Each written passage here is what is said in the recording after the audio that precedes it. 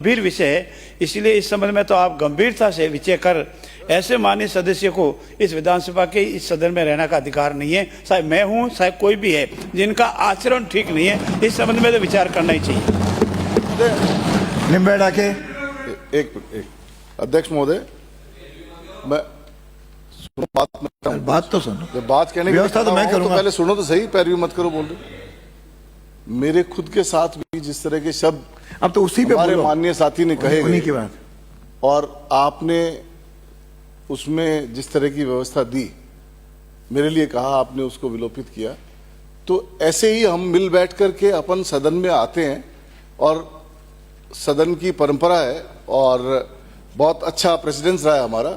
तो जिस तरह की बात आप रेज करना चाह रहे हो कि भी ऐसी कार्रवाई हो, ऐसी हो, इतनी बड़ी बात भी नहीं है। कोई दूसरे सदस्य बोल रहे थे, सुनो तो सही। अरे सुनो तो सही। अरे आप सुनो। अरे सुनो तो सही। आप सुनोगे नहीं।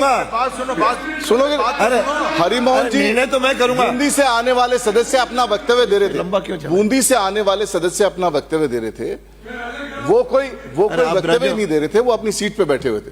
तो मैं जो बात आपको कहना चाह रहा हूं कि जैसे पहला प्रेसिडेंस रहा है उसी तरीके से बात हो जाए। ठीक। अब मैं से इस पर बहस क्यों करें? दो इधर आ गए, मुझे निर्णय।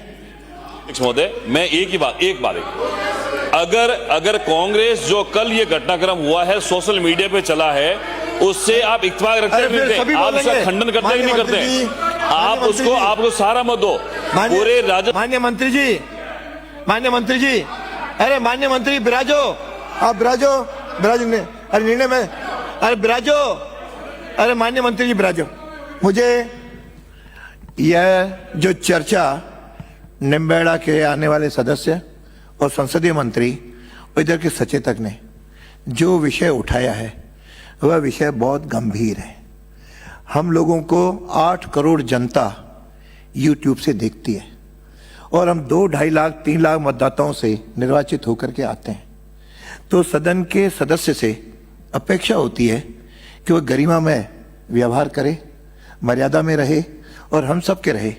अभी जो मुद्दा उठाया, मैं इसका वीडियो देखूंगा और वीडियो देखने के बाद जो मुद्दा उठाया है, यदि वो गरिमा के अनुकूल नहीं होगा